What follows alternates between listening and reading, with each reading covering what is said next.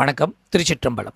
தமிழ்நாட்டு tour and travels யாத்ரா package வாங்கியிருந்தீங்கன்னா அல்லது வாங்க போகிறீங்கன்னா கண்டிப்பாக அந்த பேக்கேஜில் காஞ்சிவரம் இருக்குதான்னு கேளுங்க.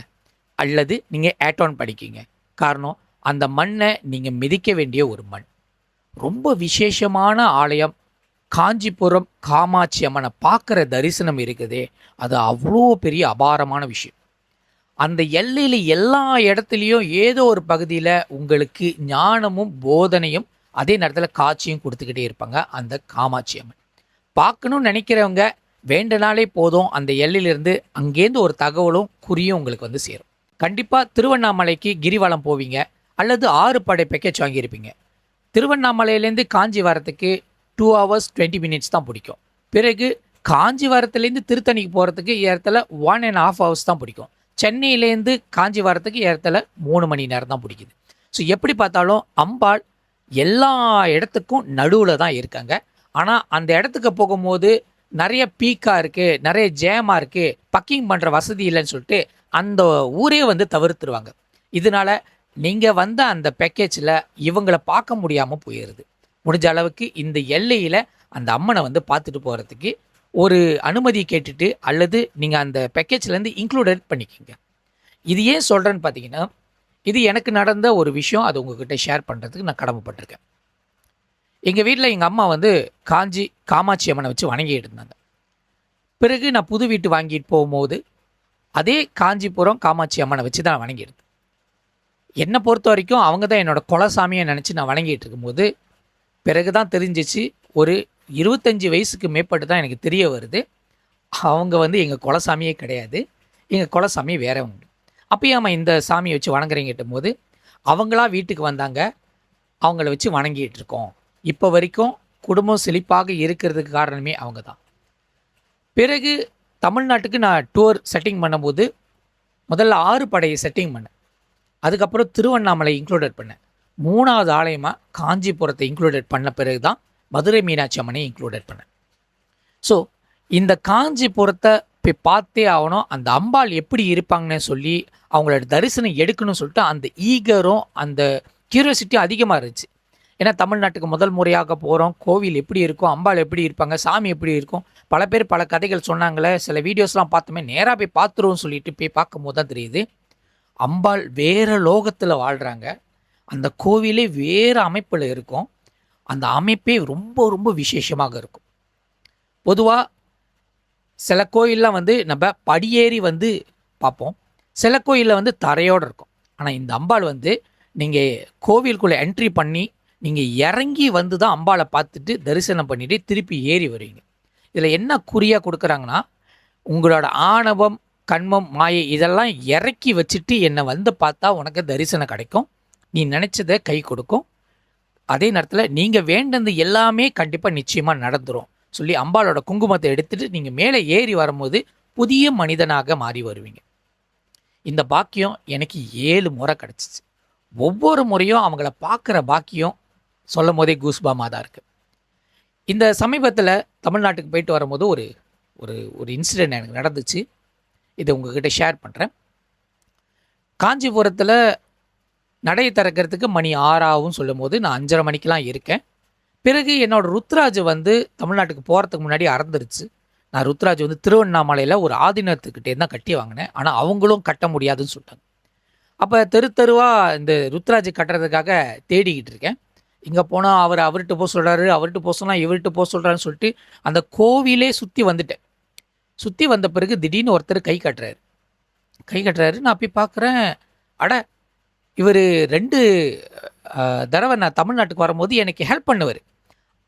இந்த தடவை வரும்போது எனக்கு இவரோட ஹெல்ப் தேவையில்லை, காரணம் நான் நார்மலான லைனில் போயிடலாம் அப்படின்னு நான் ஒரு சிந்தனையில் இருந்தேன். திடீர்னு பார்த்தா வேறு கிழக்கு கோபுரத்தில் சும்மா மோட்டரை வச்சுக்கிட்டு சாஞ்சிக்கிட்டு உட்காந்துட்ருக்காரு. நான் கேட்டேன், நீங்கள் இங்கேயே இருக்கீங்க? இல்லை, சும்மா உட்காந்துருந்தேன் அப்படின்னு. அப்புறம் யோசித்தேன், என்னடா இது ஒரு குறியாக இருக்குது, இவரை பார்க்கணும் அப்படின்னு சொல்லிட்டு.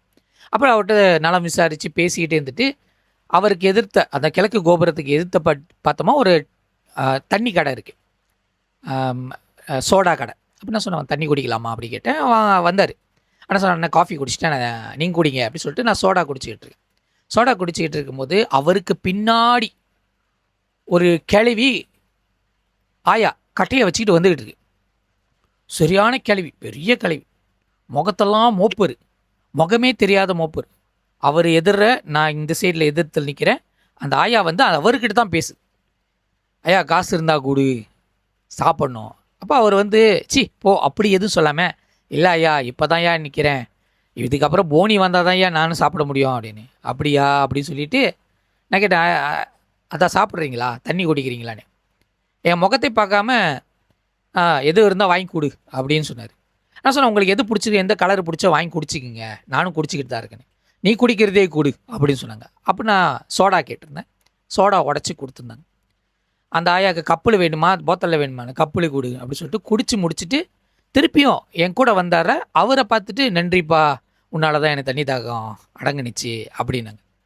அவர் என்ன பார்த்தாரு, ஏன்னா அவருக்கு புரியுது தண்ணி இவர் தானே வாங்கி கொடுத்தாரு, நீ ஏன் எனக்கு நன்றி சொல்கிற அப்படின்னு. நான் வந்து பரவாயில்ல அப்படி கண்ணை கமிச்சு விடுங்க அப்படின்னு. ஏன்னா வந்திருக்கிறவங்க யாருன்னு நம்மளுக்கு தெரியல. அப்போ திரும்பி பார்த்துட்டு, அப்புறம் வந்த வேலை முடிஞ்சிருச்சா என்னை கேட்டாங்க. எனக்கு அப்படியே கொஞ்ச நேரம் மூச்சு நின்றுச்சு. நான் சொன்னேன், இன்னும் முடியலாத்தான், போகிற வழி நிறைய இருக்குன்னு. அப்போது எப்போ திருப்பி வருவ அப்படின்னு கேட்டாங்க. தெரிலாத்தா, வியாபாரம்லாம் நல்லா போணுச்சுன்னா திருப்பி வருவேன் இந்த எல்லைக்கு, இங்கே வராமல் எங்கே போக போகிறேன், வந்தால் இந்த எல்லைக்கு வந்துட்டு தானே போகிறேன். ஓ அப்படி சொல்லி தலையாட்டிட்டு, அவள் உன்னை துரோகம் பண்ண மாட்டா அப்படின்னு சொன்னாங்க. அப்போ தான் உடம்பு வந்து சிலுத்துச்சு. அவள் ஒன்று நம்பிக்கை துரோகம்லாம் பண்ண மாட்டான் அப்படி சொன்னேன். நான் சொன்னேன், நான் எப்போ அவங்க நம்பிக்கை துரோகம் பண்ண போகிறாங்கன்னு சொன்னேன், நான் தான் அவங்களுக்கு நம்பிக்கை துரோகம் பண்ணிக்கிட்டு இருக்கேன். வரேன்னு சொல்லிட்டு தாமதமாக வரேன், லேட்டாக வரேன், பார்க்க வர மாட்டேறேன், அதுதான் நான் பண்ணுற நம்பிக்கை துரோகம் அப்படின்னு. அப்படிலாம் இல்லை, நீ வர்ற நாள் வரும்போது அவள் கூப்பிடுவா, வருவா, அவள் கூப்பிட்டா நான் வந்துடுவேன் அப்படி பேசிகிட்டு இருந்துட்டு நான் கையில் ரூபாவை கொடுக்குறேன்.